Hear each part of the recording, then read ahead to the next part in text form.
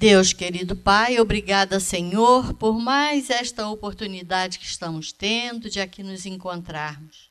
Que essa reunião, portanto, transcorra em clima de muito aprendizado para todos nós. Obrigada, Senhor. Graças a Deus e que assim seja. E com vocês, Rogério Alves. Vamos lá. É um prazer estar aqui, né? Sueli me contratou, né? Sueli me contratou para estar aqui no lugar dela. Falou que vai assistir, que se não ficar bom vai brigar comigo. Então vamos nos esforçar aí para que essa tarde seja bem agradável. Para aqueles que não me conhecem, meu nome é Rogério. Né? Para aqueles que nunca assistiram uma palestra minha, cuidado. Tá? Cuidado, porque a gente gosta de pensar e gosta de fazer pensar, porque o Espiritismo é assim, né? Essa coisa de falar, o dia que eu não vou lá eu durmo tão bem, o dia que eu vou lá eu durmo tão bem, né? Cuidado, porque a gente faz pensar e faz perder o sono. Em vez de dormir, a pessoa fica contando as réguas do forro, né? Meu quarto lá é forrado, às vezes eu passo lá horas contando quantas réguas tem, pensando no que ainda é necessário fazer. Nós vamos falar com vocês hoje, para mim principalmente, sobre o pensamento espírita e o pensar espírita. O pensamento espírita é tudo aquilo que a doutrina espírita nos oferece, né, como proposta, como conceito, como valores, como paradigmas, como base de sustentação para os nossos pensamentos, para as nossas ações. E o pensar espírita é aquilo que acontece com a gente depois que nós conhecemos o pensamento espírita. Porque ele há de fazer uma transformação em nós. Porque o banco da casa espírita é complicado. Né? Você vai assistindo a palestra, quando eu comecei a frequentar o movimento espírita e as palestras lá uns 30 anos atrás, talvez um pouquinho mais, eu começava a desconfiar da minha sogra. Porque o orador começava a fazer a palestra, olhava para mim e falando de coisas que eu sentia, de coisas que eu precisava cuidar. Eu falei, só pode ser minha sogra. Minha sogra frequentar a mesma casa, né? Mas não, é porque o pensamento espírita, ele é tão amplo e nós, apesar de um ser diferente dos outros, nós viemos do mesmo lugar. Estamos indo em direção ao mesmo lugar. Por isso nós somos, no fundo, tão parecidos. E às vezes a gente acha que o orador está fazendo palestra para a gente, né? Depois de um certo tempo eu vi que não, mas continuei a prestar atenção. Né? Domingo, anteontem, eu fiz uma palestra aqui e eu disse, eu gosto de sentar aí quando o orador vai falando. Eu, de vez em quando, pego o celular, alguém pode olhar e falar assim, poxa, mas você está pegando o celular no meio da palestra? E eu anoto o que o orador falou. Quando eu não concordo, ou não entendi, ou li e entendi outra coisa, eu anoto para chegar em casa e dar uma olhada. Então, hoje nós vamos falar desse pensamento espírita e, consequentemente, do pensar espírita. O que esse pensamento, trazido por Kardec e os espíritos superiores, fazem com o nosso pensamento, com a nossa forma de pensar, com a nossa forma de agir, com a nossa forma de ver, enfrentar e lidar com a vida. E esse processo é um processo que começa no Espiritismo, para muita gente, infelizmente, nos livros. Não tem outro jeito de você conhecer a doutrina espírita. Você pode assistir 300 palestras. Você vai formar uma colcha de retalhos. Sabe aquelas colchas de retalho antiga? E hoje virou moda novamente, né? São bonitas. Você viaja aí para Minas, aí você vai lá para Tiradentes, para Ouro Preto, Mariana, e você acha muito ainda para comprar, são lindas. Mas é um quadrado de cada cor ou um misto de quadrados diferentes ou retângulos diferentes. E assim é o nosso aprendizado através das palestras no Centro Espírita, que serve para mexer com a gente, para colocar a gente diante daquela proposta e não concordando com aquela proposta, ou concordando com aquela proposta e gostando, para a gente ir aos livros, para conhecer profundamente a doutrina espírita. Onde conhecer a doutrina espírita? Fácil. São poucos livros, as obras fundamentais lá em cima e mais obras póstumas, mais o que é o Espiritismo. Então nós vamos ter lá 7 obras, as 5 fundamentais, o livro que é o Espiritismo, mais obras póstumas, que são as anotações de Kardec. Sabe quando a gente escreve, quando a gente está estudando alguma coisa, a gente vai anotando algumas coisas e guardando na gaveta para depois, quando tiver um tempo, e às vezes acontece como aconteceu com o Kardec. Não teve tempo, ficou na gaveta, os amigos reuniram tudo aquilo ali e publicaram obras póstumas. Então nós vamos encontrar ali as obras, embaixo ali as revistas espíritas, parece até que ele não tinha muito trabalho. Eu fico assim impressionado quando eu mesmo falava que eu não tinha tempo para estudar. Ele não só trabalhava, ele era professor, ele era contador, ele era administrador de empresa, como ele fez as 5 obras fundamentais da doutrina espírita. Eu fico pensando, sem WhatsApp, sem internet, sem e-mail, sem arquivos em PDF, manuscrito, cartas, e aí eu leio lá que ele escrevia e recebia correspondência, gente, de mais de 1000 núcleos espíritas.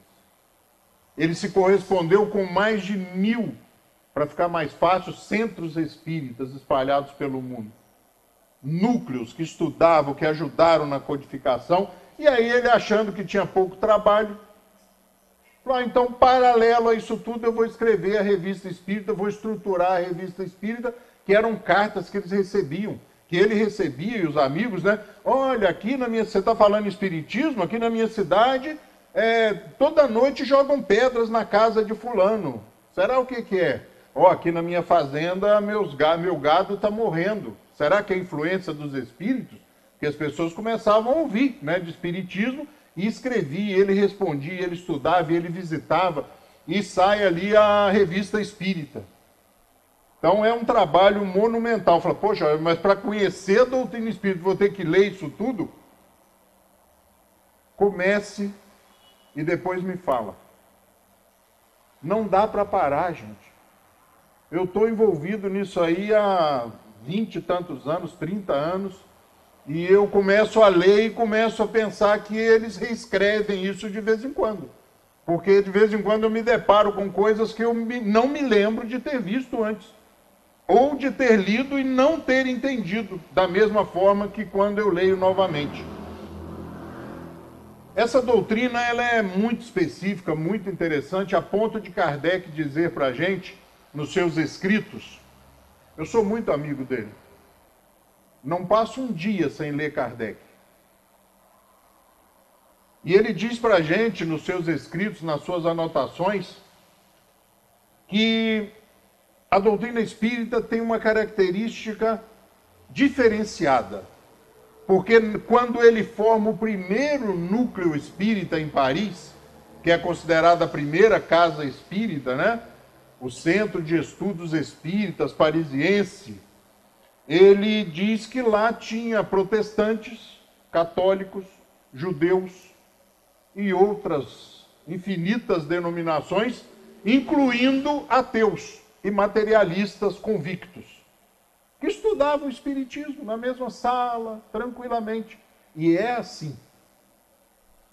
Se você pega um texto, e eu tenho essa experiência nas redes sociais, publica um texto de Kardec sem a denominação de Allan Kardec ou qualquer ligação com o espiritismo, você recebe um monte de like e um monte de comentários positivos de infinitas pessoas que você sabe que não são espíritas. Isso acontece nos grupos lá do Laje, do Lar Abrigo Amor a Jesus. Às vezes eu publico no grupo de funcionários, a grande maioria são protestantes, eu tiro lá, eu saco lá um pedacinho de um texto, publico no grupo dos funcionários e todo mundo contente, feliz com as ideias de Kardec. O que muitas vezes impede de nós olharmos para o espiritismo com a lente certa é o preconceito. O preconceito gerado e trazido pela ignorância, a ignorância do ignorar, do não conhecer. Por isso eu aconselho, se nunca estudou, se nunca começou, comece pelo livro que é o Espiritismo. Kardec já escreve esse livro para falar com a gente assim, olha, e ele fala isso no final, lá no arremate do livro, nas últimas frases, ele diz assim, leu, gostou, concordou com as ideias, vai em frente.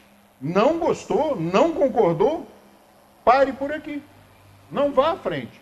Porque a doutrina espírita se presta àqueles que ainda não encontraram, aqueles de nós que ainda não encontraram as respostas para essas perguntas que não param de nos incomodar, principalmente à noite, né? Então Kardec começa a falar da doutrina espírita, ele diz assim para a gente, a crença no espiritismo só é proveitosa para aquele de quem se pode dizer, hoje está melhor do que ontem. É uma doutrina incitadora, provocadora. Ela faz com que nós repensemos os nossos valores. A primeira vez que eu falei no Centro Espírita Friburguense deve ter uns... Melhor nem falar, né, Ângela, quantos anos tem. Há muitos anos atrás, me trouxeram para falar aqui, 2 amigos me trouxeram para falar aqui pela primeira vez, há muitos anos. E eu falei sobre o pobre de espírito, no Evangelho segundo o Espiritismo. E pela primeira vez eu entendi uma colocação que sempre me chamou a atenção no Evangelho, mas quando eu li o Evangelho segundo o Espiritismo, eu compreendi que o pobre de espírito aqui Jesus se referia é aquele homem corajoso, disposto, pronto a rever os seus valores, corajoso em dizer, eu estava errado e vou rever os meus valores. Então a doutrina espírita traz algumas diferenças.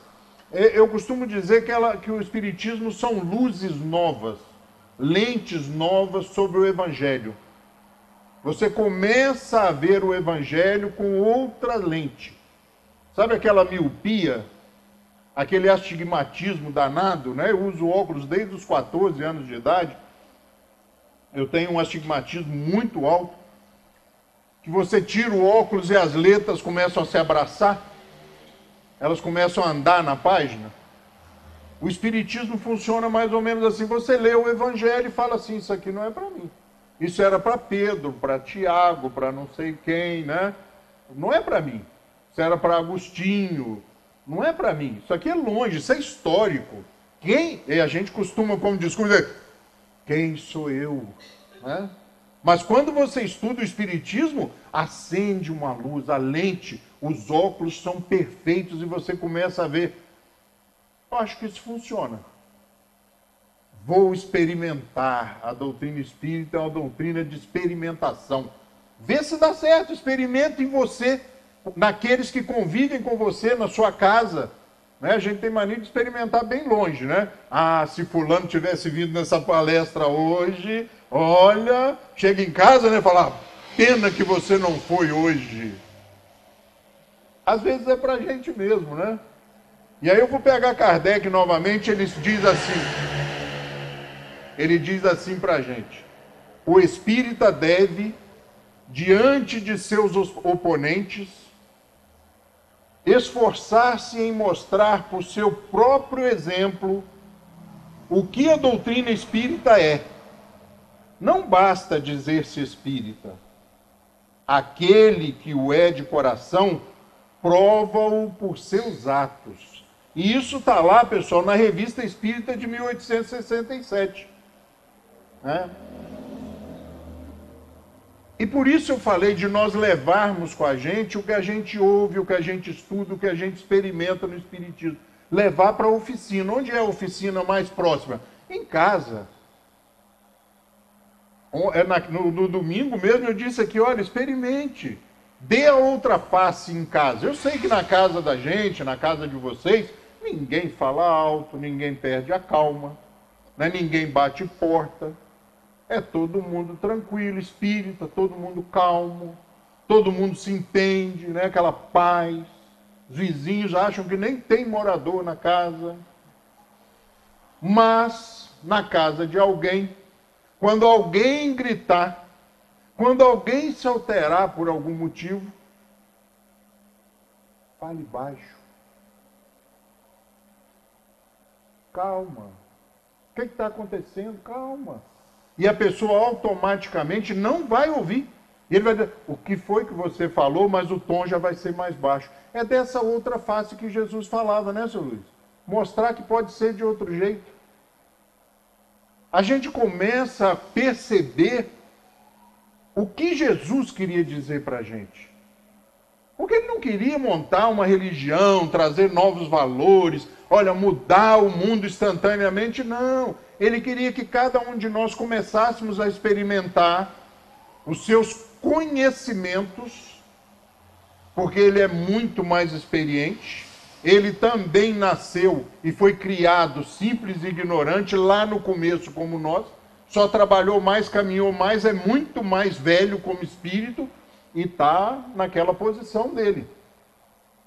E ele nos conhecendo, ele diz, olha, vou falar para eles, para cada um, e começando a fazer. E aí nós vamos nos transformando, nós vamos nos mudando através da mudança do pensamento, e no nosso caso específico do pensamento espírita. Começamos a pensar e a agir de forma diferente e começamos a afetar aqueles que estão ao nosso redor. E isso é uma onda propagadora, isso vai se alastrando. E é essa transformação que Jesus espera quando ele diz, cabe a vocês a implantação do reino de Deus na terra. Nós temos aqui no Friburguense falado muito, sabe, a Valéria, o Sandro, a Sueli, eu mesmo, nós temos falado muito de lei de progresso. Teve uns 2 meses aí que, sem combinar, nós só falávamos de lei de progresso. E é disso especificamente que nós estamos falando, dessa capacidade que nós temos de parar um pouquinho, respirar e olhar um pouquinho para dentro de nós mesmos, né? Os psicólogos adoram, né? Introspecção, esse olhar para dentro e ver como nós já nos transformamos nesta encarnação, nos últimos anos, como nós já mudamos. Eu fico assustado. Eu brinquei aqui no domingo como eu era bobo, né? Alguém de vocês pode estar pensando, mas você ainda é bobo. Imaginem como eu era 20, 30 anos atrás. Então essa lei de progresso, nós estamos submetidos a ela. E vamos crescer, e vamos evoluir. E se o progresso chegar e nós ficarmos muito renitentes, né? Aconteceu isso com a informática. Né? Durante muito tempo, não, eu não gosto de celular. Não, esse negócio de e-mail eu não tenho. Hoje o que aconteceu? Você vai ao banco, se não conhecer um pouquinho de autoatendimento e ter uma noção básica de internet, tem que esperar a moça para te atender, ou para te auxiliar. E daqui uns anos nem a moça vai estar lá. Ou seja, a lei de progresso vai nos empurrando, vai nos motivando, né? A mudar e a aprender.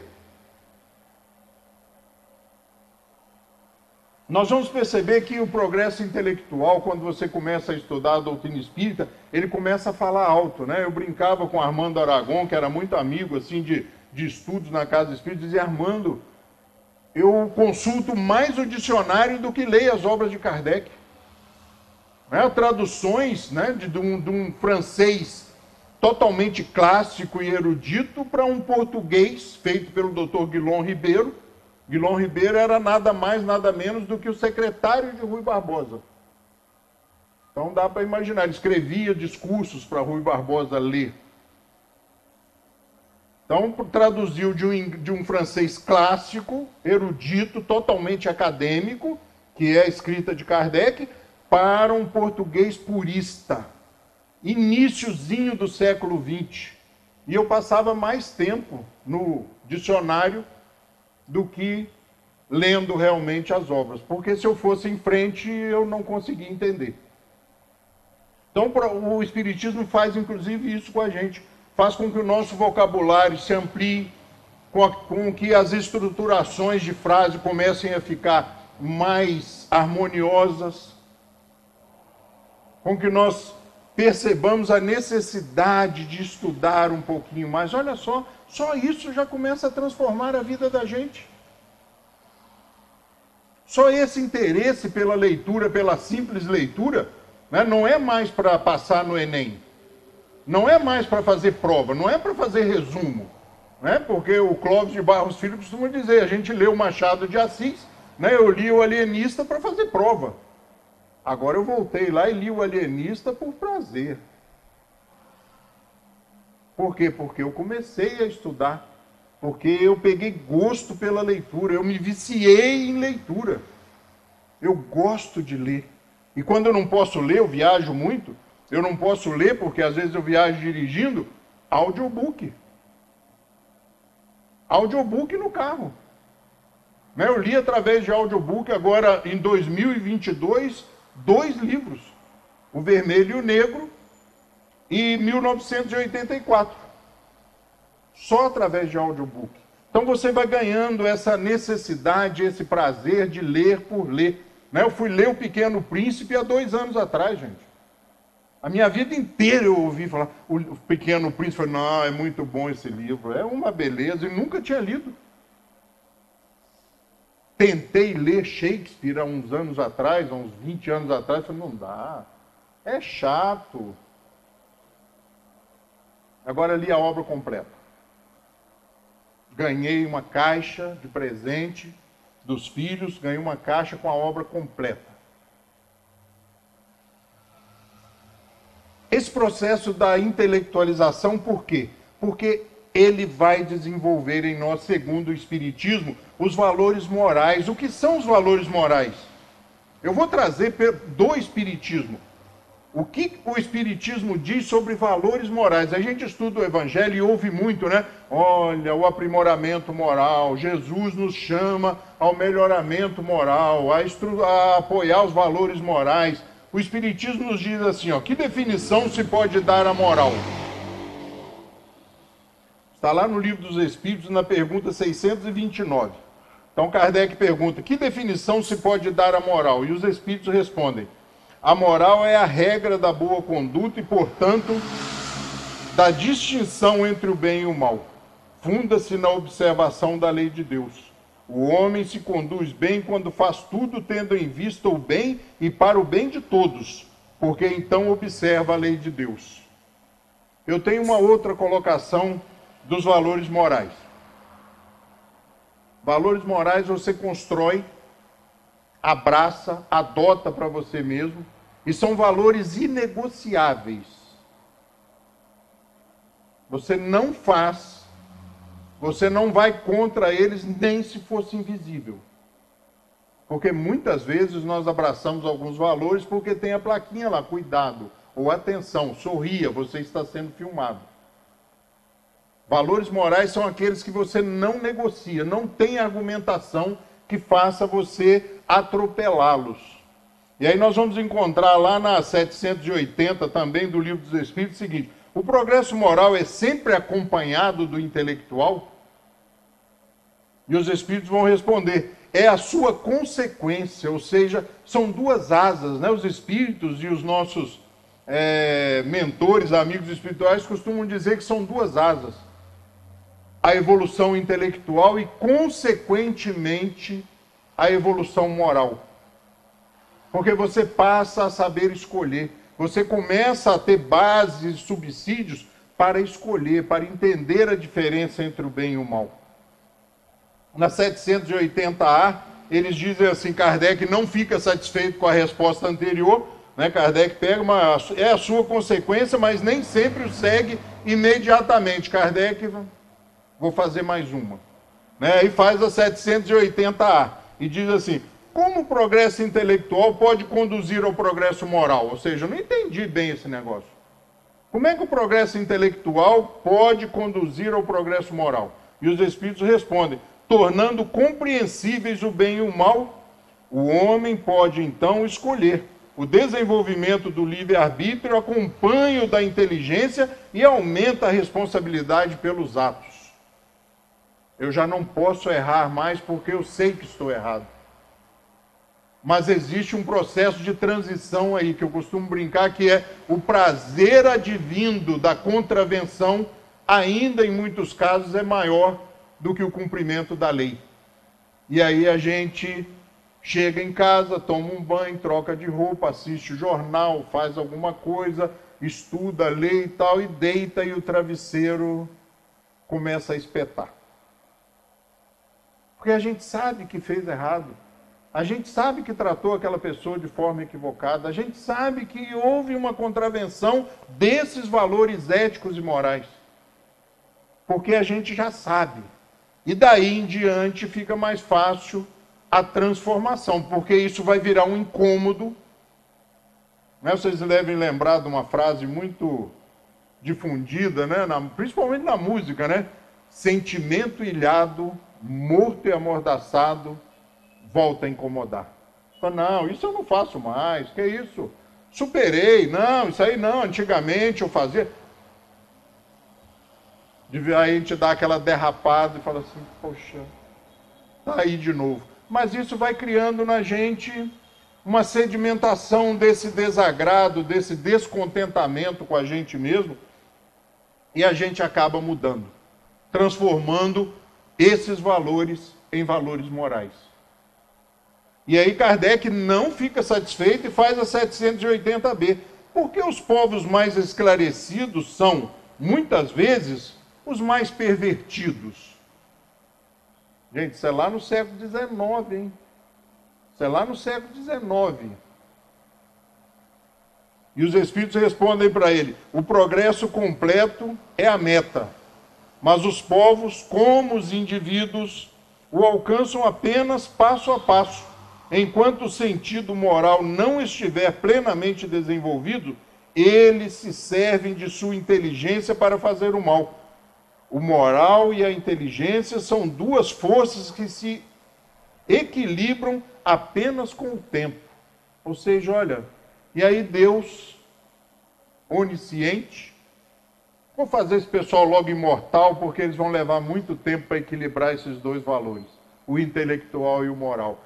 E aí nós somos espíritos imortais, temos a oportunidade de reencarnar quantas vezes forem necessárias, preciso.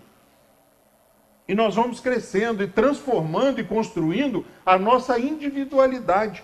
Né? Individualidade lá na espiritualidade, porque fala assim, olha, eu tenho uma dúvida nesse negócio de reencarnação. Se eu escolhi mesmo, se eu posso escolher, por que eu escolhi nascer aqui?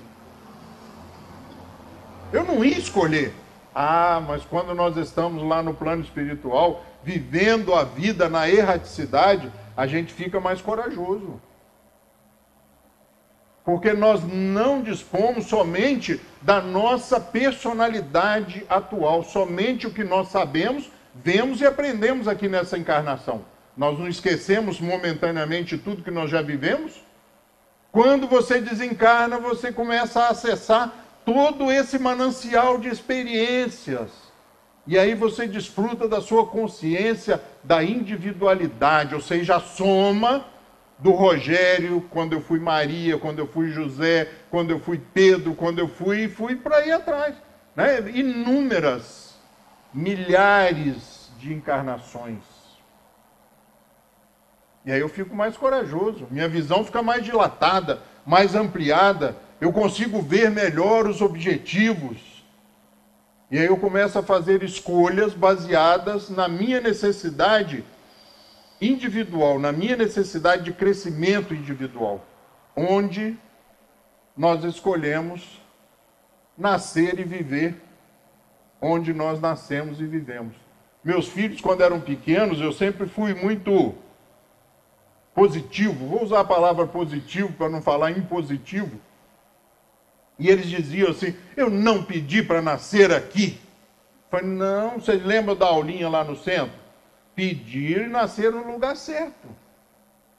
Chegaram todo contente um dia, pai, fulano e ciclano, os primos, moravam do lado da minha casa, estão aprendendo a dirigir aí na rua. Você vai ensinar para a gente? Eu falei, não. Como não? Calma, vocês não vão dirigir antes da idade certa, muito menos sem habilitação. Então calma, quando vocês tiverem a idade, vocês vão entrar na autoescola ou eu vou ensinar. Já vou avisar, não vai dar certo eu ensinar. É melhor um professor. Quando vocês tiverem a idade, por isso que eu falo, eu não pedi para nascer, você é muito difícil. Olha, vocês só erraram por um número. Desculpe, apertei aqui sem querer. Vocês só erraram por um número. Vocês podiam ter... Ih, gente, fiz uma bagunça, hein? Vamos achar aqui. Vocês só erraram por um número. Vocês nasceram na casa do lado. Vocês pedissem direito, tinha nascido lá, ó. Estavam lá na rua aprendendo a dirigir. Nascemos onde temos que nascer, dentro do contexto, porque nós temos uma outra visão e os nossos valores são outros. E aí a gente pega tudo isso e a gente vai se deparar com essa frase de Agostinho. Essa intimidade sabe, eu acho talvez pela idade, Santo Agostinho, né? Ama e faze o que quiseres. Por que Jesus falava mais para a gente? Por que ele continua falando mais para a gente? Ama, aprende a amar, cultiva o amor. Aí Agostinho interpreta isso, traduz, fala assim, você quer ser livre, quer fazer o que você quiser? Ama e faz o que quiseres. Por quê? Porque quem ama não erra. Quando você ama, você não passa pela sua cabeça a tentar de qualquer forma com aquela pessoa. A proposta de Jesus era o quê? Aprende a amar todo mundo, extrapola os limites, né? Extrapola as fronteiras da casa, aprende a amar lá fora. Correm, chegam a Jesus e dizem, Senhor, Senhor, sua mãe e seus irmãos estão aí. Vieram tomá-lo, eles foram lá para buscar, eu falei, esse cara está louco, né? Vão lá pegar ele e levar ele para algum lugar. E ele pergunta, quem é minha mãe, quem são meus irmãos? As pessoas dizem, nossa, mas que coisa! Colocou a mãe e os irmãos, disse, que isso? Não, ele não mexeu com a mãe e com os irmãos que estavam lá fora. Ele elevou todo mundo que estava ali ouvindo ele ao mesmo nível de amor que ele tinha pelos irmãos e pela mãe. E esse é o amor de Jesus. A proposta é aprender a amar. Por isso a gente tem tantas refregas, tantos conflitos, tantos burilos, né, que a gente enfrenta na vida e tantos arranhões que a vida nos provoca ou se nos propõe para a gente aprender a amar. Então como é que eu não erro? Como é que eu faço para não errar?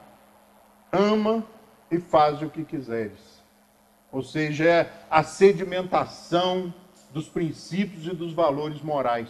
Aí nós fugimos dos valores éticos. Agora são valores morais. Ama e faz o que quiseres. E aí nós vamos achar lá na introdução do Livro dos Espíritos um pequeno texto que diz assim, olha, o verdadeiro espírita vê as coisas deste mundo de um ponto de vista tão elevado, elas lhe parecem tão pequenas, tão mesquinhas, a par do futuro que o aguarda. A vida se lhe mostra tão curta, tão fugaz, que, aos seus olhos, as tribulações não passam de incidentes desagradáveis no curso de uma viagem.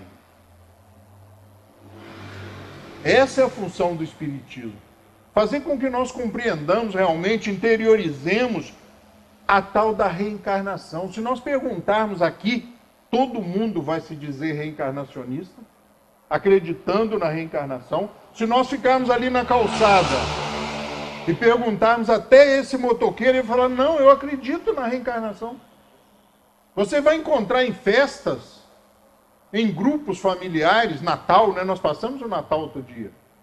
Aí reúne todo mundo, vem parente de outros lugares, aquela festa, né? Não é muito comum mais, mas ainda acontece. E aí você sabe que aquela pessoa é protestante, é católica, ou não tem nenhuma ligação mais profunda com nenhuma religião. E ela diz assim num comentário, fala, olha, o negócio está feio, está difícil, eu na outra vida eu devo ter sido... E aí eu fico olhando, né? Sei que o cara é católico, ele fala, na outra vida, eu falo, mas não teve outra vida. Se você, né, se você for olhar os postulados católicos, não teve outra vida. Então, na próxima, não vai ter próxima. Você não é protestante? Não tem próxima. O que eu quero dizer é que a reencarnação ela é tão razoável, ela é tão coerente, que mesmo as pessoas que não deveriam acreditar, buscam acreditar e a aceitam como uma realidade. Por quê? Porque aconteceu no Espiritismo o que os Espíritos falaram para Kardec lá em 1855, 56, 57, 857. Kardec, entusiasmado com a venda do Livro dos Espíritos, a procura das obras, não dava conta de editar. Imagina uma gráfica em 1857, 58, devia ser uma coisa, né, quase que artesanal. Então não dava conta, a procura era maior do que a produção dos livros. Kardec chega para os espíritos entusiasmados e fala, olha, levando-se em conta que já contamos milhões de espíritas, devo crer que o espiritismo é a religião do futuro? Ou seja, com o passar dos anos, nós estamos aí há 4, 5 anos, nós já temos milhões de pessoas só na França, nos Estados Unidos, nos países ali próximos, Espanha. O que vai acontecer no futuro? O espiritismo é a religião do futuro? Os espíritos respondem para ele, não, é o futuro das religiões. Ou seja, o espiritismo fugiu do centro espírita. Esses valores estão no Globo Repórter, estão nas novelas, estão no cinema, estão nas revistas, estão nos livros. Principalmente a reencarnação. As pessoas dizem, não, na Globo deve ter um monte de diretor espírita. Não, gente, é porque vende. Vende. Reencarnação vende.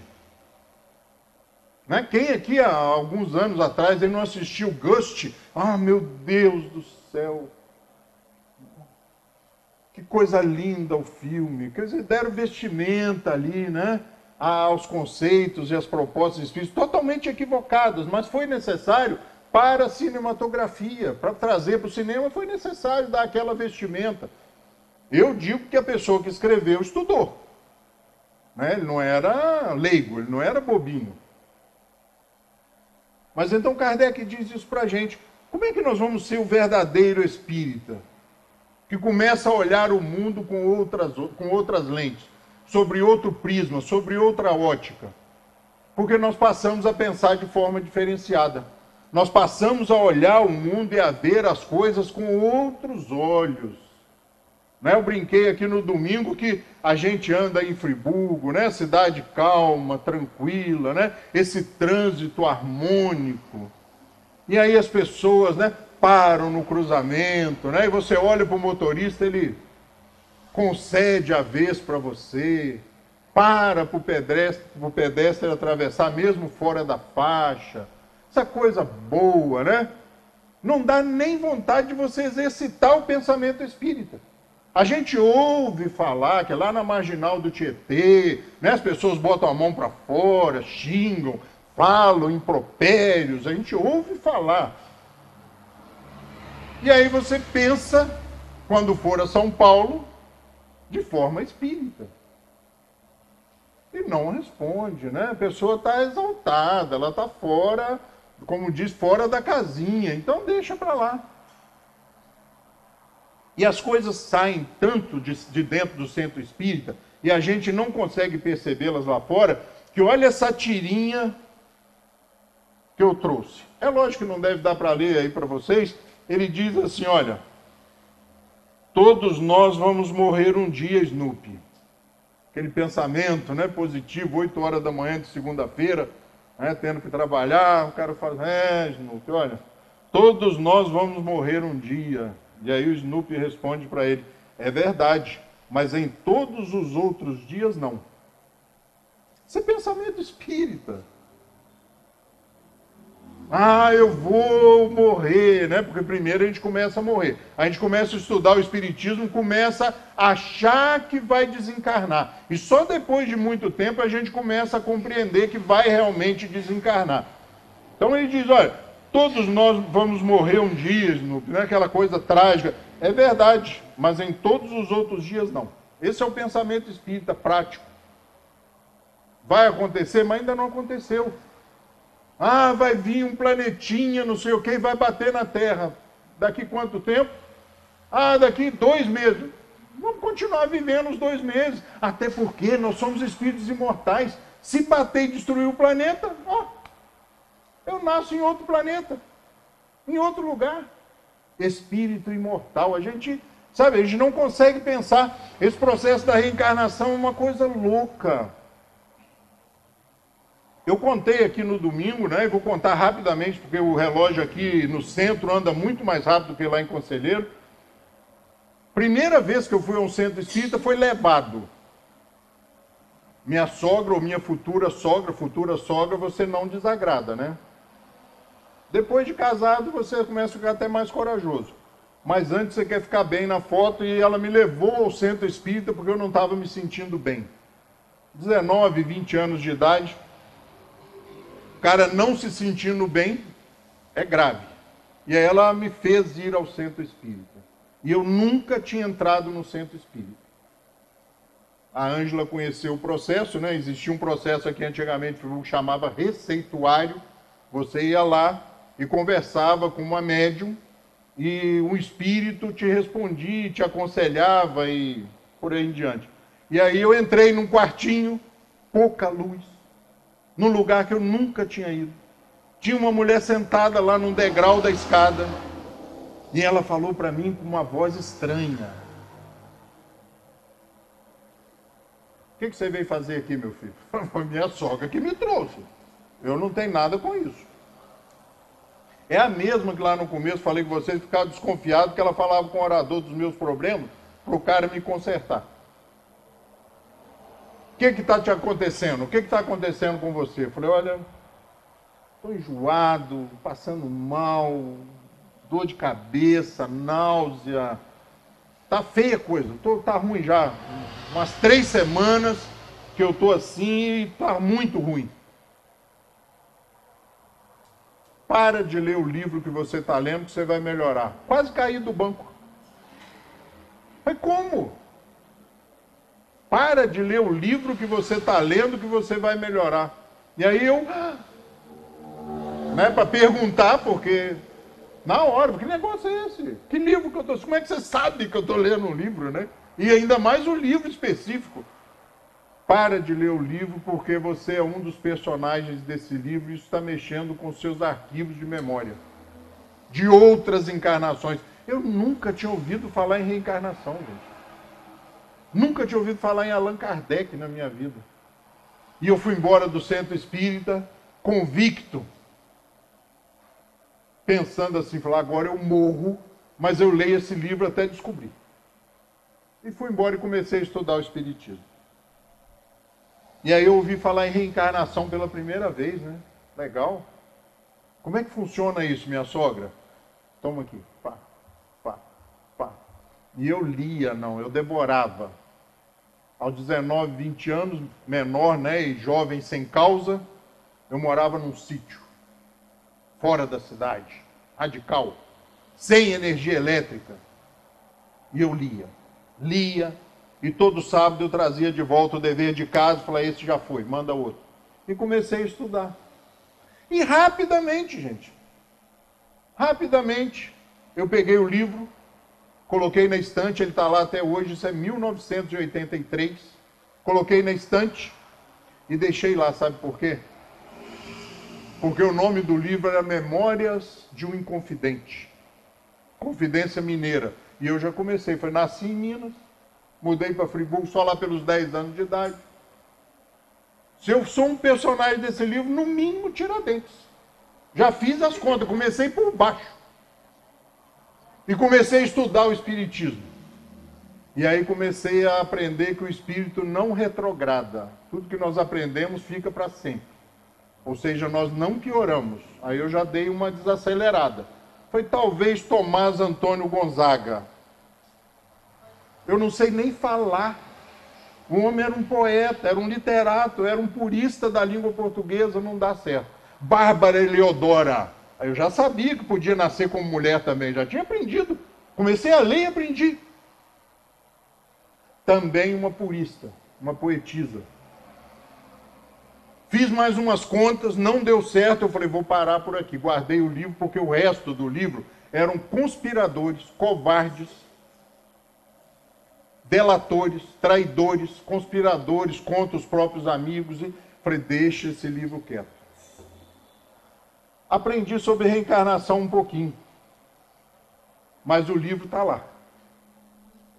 O livro está lá e os livros estão lá. E eu disse no final da reunião de domingo que o Espiritismo mudou a minha vida. Porque tinha tudo para dar errado, gente. Aos 16, 17, 18, 19, tinha tudo para dar errado. E aí, como nada acontece por acaso, ó, passa mal porque está lendo um livro, vai na casa do Espírito. Ah, então o nosso destino... Não existe determinismo. Nós procuramos mesmo por motivos diferentes, porque quando nós dormimos, nós nos desprendemos do corpo e assimilamos ou assumimos um pouco da nossa individualidade, e aí a gente pensa de forma mais corajosa. E talvez eu tenha procurado tudo isso como solução para o que eu sabia que poderia acontecer, dar errado. E aí eu encontrei um amigo, sabe? Porque hoje eu lido com Jesus vis-a-vis.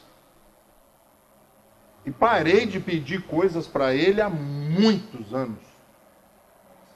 Comecei a propor. O que tem para fazer aí? Onde é que eu posso ajudar? O que dá para fazer? Porque eu comecei a perceber que, consequentemente, quando você começa a olhar para grandes e reais problemas, os seus começam a diminuir. Quando você enfrenta grandes conflitos, os seus ficam meio insignificantes. Não tem terapia melhor, embora eu faça terapia. O Espiritismo não dogmatiza. É uma doutrina de aprendizado, de verdades. Só acredite naquilo que você possa compreender. Isso são os Espíritos que dizem. Não é uma seita nem uma ortodoxia. É uma filosofia viva, patente a todos os espíritos livres e que progride por evolução. Você vai aprendendo gradativamente. É o mapa da mina. Sabe aquele labirinto que às vezes você levanta de manhã e fala assim, para onde eu vou?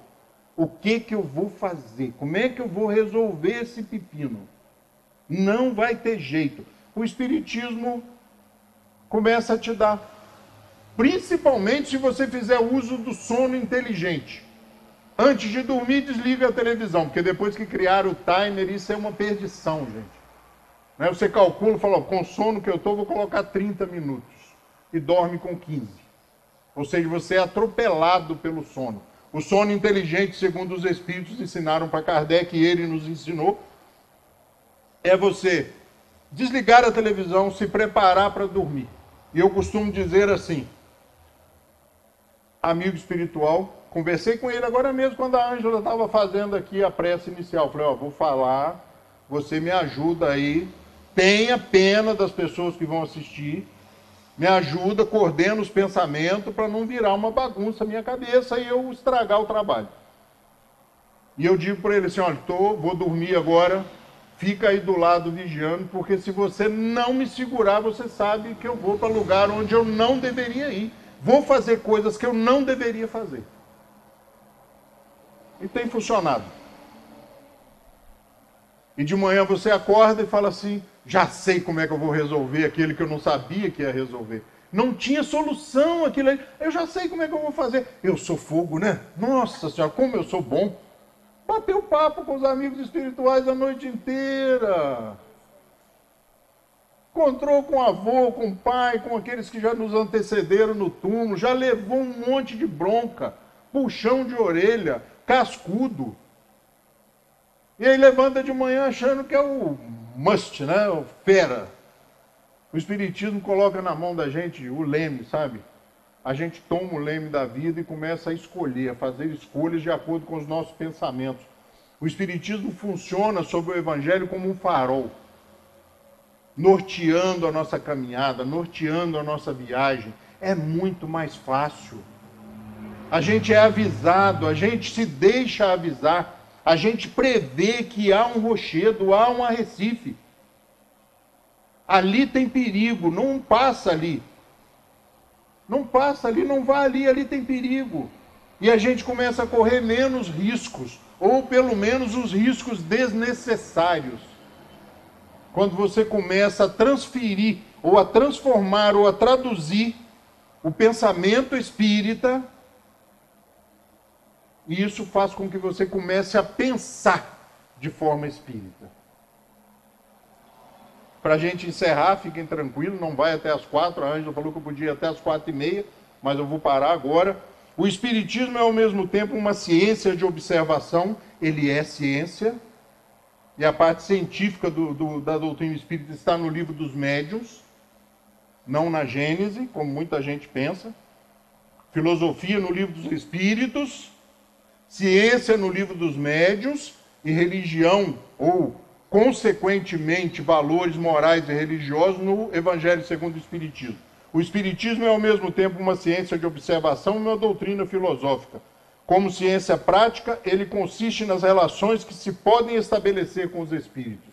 E a gente, na maioria das vezes, tem medo dos espíritos. Então a gente não vai estabelecer nenhum contato com ele. Como filosofia, ele compreende todas as consequências morais que decorrem dessa relação. Allan Kardec. E eu queria dizer para vocês, sejam bem-vindos ao Espiritismo. Sejam bem-vindos à ideia do Espiritismo sem o igrejismo, sem o religiosismo, sem o petitório. O dia que eu vou lá no centro, eu fico bem. Aprenda a criar essa atmosfera na sua casa. Você vai ficar bem uma vez só por semana? Durante 50 minutos? Não, faça isso todo dia. Faça isso 2 vezes por dia. Faça isso 3 vezes por dia. Aquela água que eu pego lá no centro, olha, aquilo, aprenda a fluidificar a água. É uma doutrina viva, incitadora, provocadora, desafiadora. Mude a lente dos seus óculos. Veja a ciência como um processo filosófico, um processo científico que vai nos levar, por consequência, aos valores evangélicos, aos valores éticos, morais, contidos no Evangelho. O Espiritismo é um caminho libertador. Sabe, a gente começa a lidar com os espíritos, deixa de ter medo dos espíritos. Eu falei agora mesmo que a gente, na maioria das vezes, tem medo dos espíritos. Né? Quando o dirigente fala assim, olha, os lugares vazios certamente estão repletos de espírito. O cara levanta e vai embora. Fala, o quê? Tá. Vou embora agora. E o convite é constante.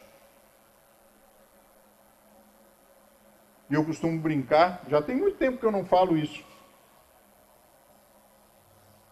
Jesus tinha mania de, no final do dia, ficar na praia, sentar lá nos barcos, né?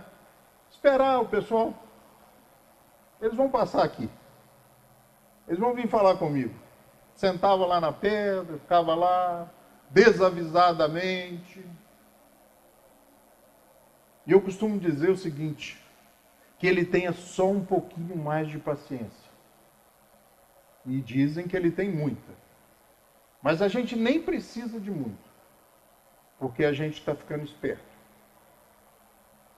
E quando ele menos esperar, nós não estaremos mais buscando-o,